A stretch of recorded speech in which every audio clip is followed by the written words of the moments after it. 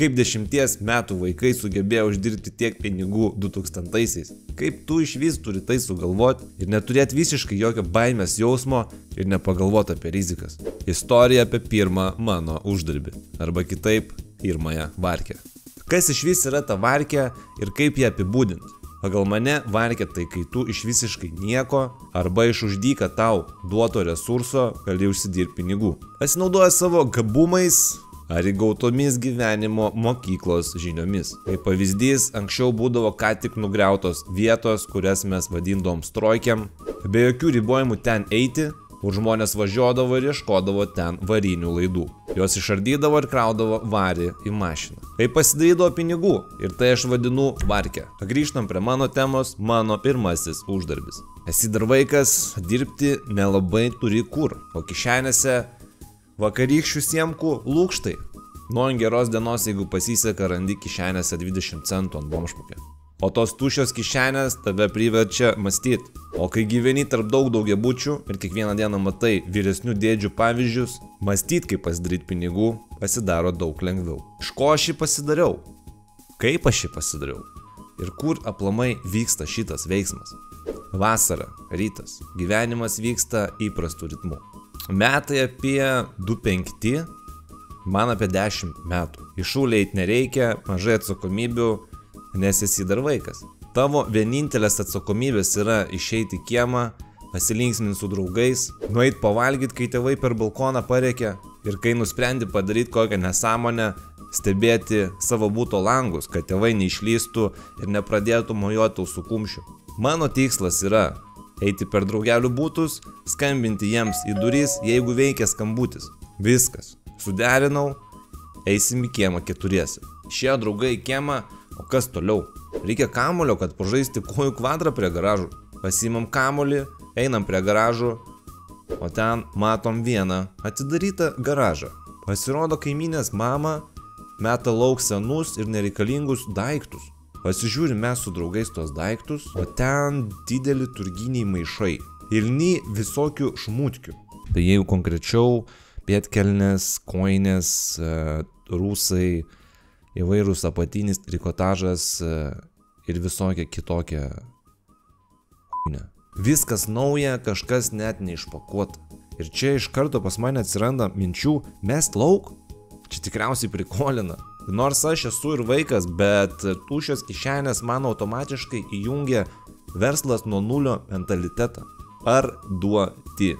O kur parduoti, seni? Tai ir taip aišku. Turgui. Pasišneku su savo draugeliais, būsimaisiais verslo partneriais, pasišneku su kaimynės mama ir visą šitą mantą 2 krepšius mes nešamės link turgaus. O tas turgus randasi plius-minus kilometrą nuo mūsų kiemo. Koks mūsų pardavimo planas? Kur mes viską pasidėsim? Kokios kainos bus? Ir kaip mes tai padarysim? Koks skirtumas, seni? Bebaimiai vaikai esam. Kas gali atsitikti? Įmam tos didelius krepšius ir nešamės į turgų.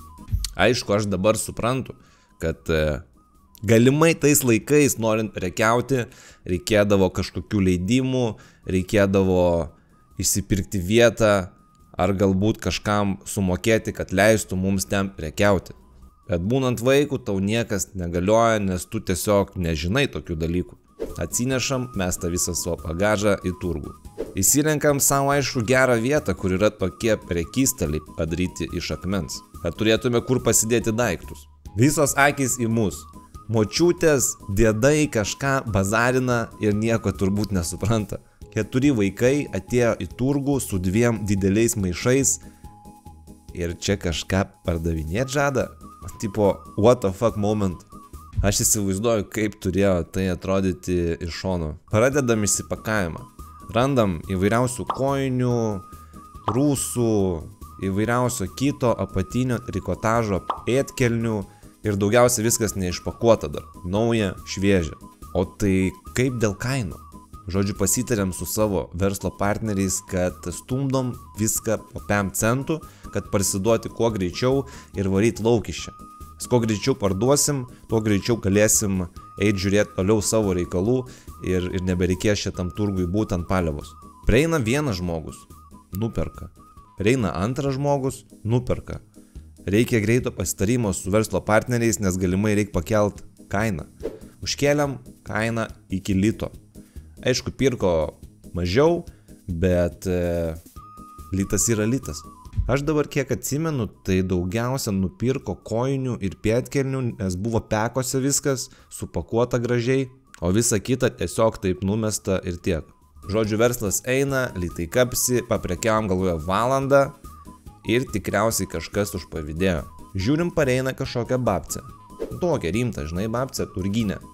Ir pradeda mumlės smegenis, kad čia tipo prekiaut negalima, čia jūs neturit leidimo, čia aš jums iškviesiu tą, aną, ir žodžiu perspėja mus, kad mums tipo reikia susikraut manatkės ir viskas eiti čia. Nu, aišku, mes taip ir padarėm, nes kaip ir labai jau daug buvom parsidavę tų nesąmonių, kai kuriem ten išvis, kiek aš atsimenu, už litą perki, ten gauni 2, už 2 litus perki, ten gauni dar kažkiek tai. Ir žodžiu, kad greičiau atsikratytų prekių ir papliusinti šaibų daugiau. Aišku, mes ten viską greito į tas tašės susimetėm ir viską į kontiką.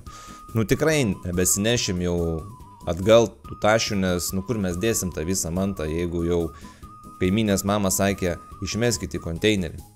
Nu, tai mes taip ir padarėm. Nu ką, šaibų yra.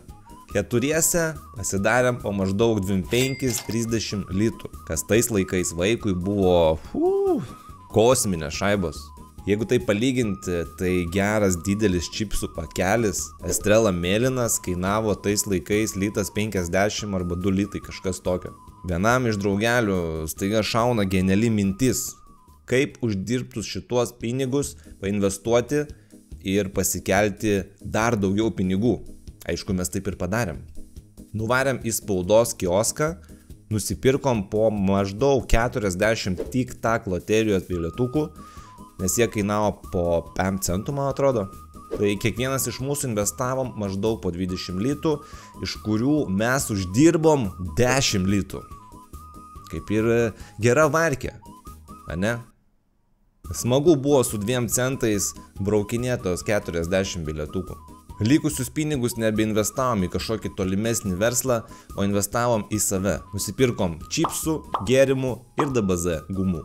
Tai va toks mano pirmas uždarbis. Aišku, žiauriai smagu šį prisimint, kai vaikystėj iš nieko realiai tu pasidarydavai pinigų, nors ir buvo tikrai nelengvi laikai.